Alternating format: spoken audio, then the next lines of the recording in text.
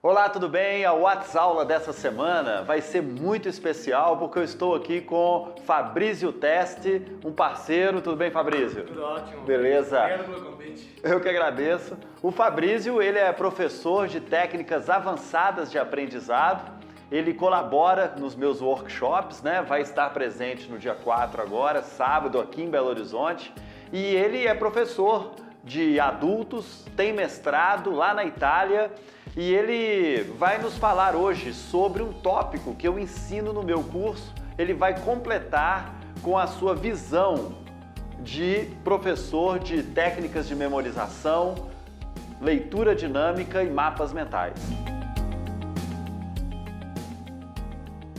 Então, eu vou falar para você, a princípio, sobre um complemento, uma continuidade de uma WhatsAula que eu enviei para você há mais ou menos umas 2 semanas atrás, que foi sobre Aristóteles, lembra? Eu falei sobre etos, patos e logos, e hoje nós vamos falar sobre um outro filósofo que é Cícero. E Cícero tem o Fabrício vai falar mais sobre isso daqui a pouco, ele tem uma abordagem que se encaixa perfeitamente com um tópico do que eu ensino, que é a fala espontânea planejada para você conversar em público de forma organizada. Fabrício, mais uma vez agradeço a sua participação e fala espontânea planejada, conversar com o público com um roteiro mental. O que isso tem a ver com Cícero? Bom, Cícero viveu entre 106 a.C. e morreu também antes de Cristo, logo antes, no 46 a.C.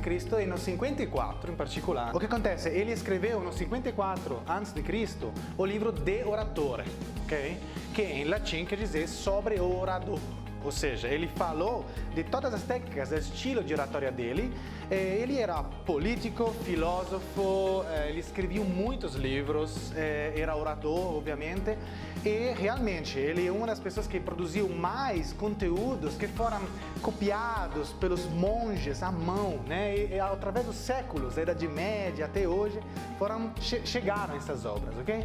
E não sei se você sabe quando as pessoas falam em primeiro lugar, gostaria de falar isso. Em segundo lugar, em último lugar. Sabe por que as pessoas falam desse jeito? Não. Tem a ver com Cícero. É uma estrada? O que eu quero dizer? Existe uma técnica mnemônica de memorização que se chama de lugares de Cícero. Por que lugares? Porque, na verdade, Cícero falava, é uma técnica que não é ele que inventou. Ele transcreveu, então é uma técnica mais antiga ainda, ok? É uma técnica que fala o seguinte, você pode pegar em um percurso, pode ser, por exemplo, o percurso da tua casa até a tua sala de treinamentos, né? É um percurso que você faz cotidianamente, não é? Então você perfeitamente sabe dizer quais etapas, quais lugares tem nesse percurso, certo? Agora imagina que Marco Túlio Cícero, antes de fazer uma oratória em frente ao Senado romano, na época, ele memorizava os tópicos, as palavras-chave em cada uma das etapas deste percurso. É por isso que no meio de uma sala do Senado ele falava de lugares. Ele estava viajando mentalmente na lembrança que ele tem deste percurso. Agora, essa técnica foi evoluída? Foi muito evoluída. Todas as técnicas de memorização que eu ensino foram evoluídas também durante a Idade Média, foram evoluídas para memorizar informações numéricas, que na época Cícero não tinha, né, necessidade ou, na verdade, uma técnica para memorizar. O número é uma coisa muito abstrata. E também tem como ampliá-la para potencializar ainda mais. Mas a raiz desta técnica fica a mesma. Tanto que algumas pessoas atualmente falam de palácio da memória, que é um outro nome que é dado a esta mesma técnica, que tem a raiz nos lugares de Cícero. Em italiano chama-se loci ciceroniani, porque locus loci em latim quer dizer lugar. Ok? Então esta é a raiz dessa técnica. Ô Fabrício, eu ensino os meus alunos, quando eles vão preparar um discurso, primeiro para escrever tudo que eles vão falar. Escrever mesmo, fazer redação, como se fosse na época da escola. Escrever desde o bom dia, boa tarde ou boa noite a todos, até o final mesmo. E aí depois eles darem títulos para cada etapa da apresentação. Esse título que ele dá para aquele parágrafo que ele vai falar e não ler, não deixa de ser uma técnica de Cícero. É um embrione, ou seja, antes de falar de técnica mnemônica para memorizar, tem que saber uma coisa: ninguém deveria, você concorda com certeza, ninguém deveria engolir sem mastigar, concorda? Sim. Vamos fazer essa metáfora para falar o quê? Que na aprendizagem precisa mastigar os assuntos antes e chegar a saber que uma palavra-chave pode chamar um conceito que você já memorizou, já conhece, já sabe gerenciar com facilidade. Então, o que conta esses títulos são palavras-chave. Então, pega essa palavra-chave e depois, sim, pode aplicar em uma técnica, por exemplo, dos lugares de Cícero. Ok. Então, por exemplo, eu vou falar sobre oratória, eu falo das 4 técnicas: contato visual, gesto, movimento e postura e variação de voz e fala. Então, logicamente, como eu já falo isso há 16 anos, eu já sei o que eu tenho que falar do contato visual, então eu não preciso escrever mais. Eu já lembro, contato visual já vem na minha mente automaticamente o que eu tenho que ensinar. Então é como se um dos lugares fosse contato visual, o outro lugar gesticulação. A partir da tua casa até aqui, você pode encontrar, por exemplo, a Praça de Santa Teresa. Sim. Logo em seguida você encontra, sei lá, o viaduto, poderia ser um tal loja que você lembra, depois o tal rotatória, depois o tal, sei lá, a prefeitura, depois estou inventando, né? Sim. Estas etapas você vai colocar as palavras-chave do que você está indo falar. Ou seja, por exemplo, imagina que o Cícero estava precisando falar de guerra, de bárbaros, de corrupção na Roma Antiga, de obras que precisava fazer e de outras coisas. Todos esses tópicos são palavras-chave que ele colocava em cada lugar. No teu caso, você dá aula de oratória, perfeito. Então você poderia, como às vezes uma pessoa faz, colocando todas essas coisas no slide. No slide uma pessoa coloca o quê? Palavras-chave, tópicos. Agora você pode fazer o quê? Memorizar as palavras-chave do slide sem nem precisar se virar para olhar para ele. O que eu não recomendo, Fabrício. Na oratória, eu recomendo o aluno realmente interagir com o slide quando mudar de tópico, para mostrar para o público que o slide faz parte da apresentação. Eu já assisti palestras que o palestrante sequer olhou para o slide e eu era ouvinte nessa palestra. E eu percebi que tinha slide só do meio para frente. Então, às vezes acontece isso. Então tem que olhar. É lógico que ele não depende de olhar para o slide, porque ele já tem o slide memorizado.